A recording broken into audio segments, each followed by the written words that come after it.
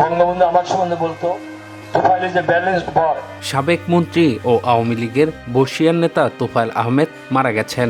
ইন্নানিল্লাহি ও ইন্নানিল্লাহি রাজিউন। আজ সোমবার বেলা 3:30টায় রাজধানীর স্কয়ার হাসপাতালে চিকিৎসাধীন অবস্থায় শেষ নিঃশ্বাস ত্যাগ করেন তিনি। তার বয়স হয়েছিল 82 বছর। স্কয়ার হাসপাতাল কর্তৃপক্ষ ও তার পরিবারের পক্ষ থেকে বিষয়টি নিশ্চিত করা হয়েছে। হাসপাতাল কর্তৃপক্ষ এক প্রেস বিজ্ঞপ্তিতে জানায়, গত বছরের 24 সেপ্টেম্বর তোফায়েল আহমেদ নিউমোনিয়াজনিত শ্বাসকষ্ট, হৃদরোগ ও শারীরিক দুর্বলতা নিয়ে হাসপাতালে ভর্তি হন। তার জামাতা ও সাবেক এমপি ডক্টর তৌহিদুজ্জামান তুহিন জানান, দীর্ঘদিন ধরে বার্ধক্যজনিত নানা জটিলতায় ভুগছিলেন তোফায়েল আহমেদ। তিনি এক মেয়ে ও অসংখ্য শুভানুধ্যায়ী রেখে গেছেন।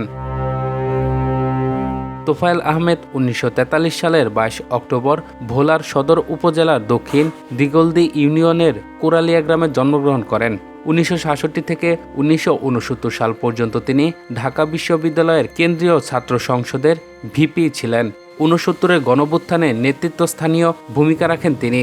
1970 সালের নির্বাচনে 24 বছর বয়সে তোফায়েল আহমেদ পাকিস্তান জাতীয় পরিষদের সদস্য নির্বাচিত হন। তিনি 9 বার সংসদ সদস্য নির্বাচিত হন। একাধিকবার মন্ত্রী হিসেবে দায়িত্ব পালন করেন। তিনি কার্যক্রম নিষিদ্ধ আওয়ামী লীগের উপদেষ্টা মণ্ডলীর সদস্য ছিলেন।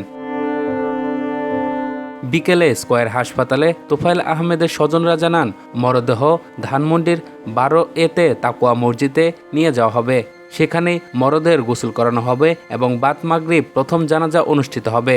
এরপর স্কয়ার হাসপাতালের হিমঘরে নিয়ে আসা হবে। তোফায়েল আহমেদের ব্যক্তিগত সহকারী আব্দুল খায়ের জানান, আগামীকাল মঙ্গলবার হেলিকপ্টারে করে তার নিজ জেলা ভোলায় নেওয়া হবে তাকে। সেখানে সার্কিট হাউস ময়দানে জানাজা শেষে তাকে মায়ের কবরের পাশে দাফন করা হবে।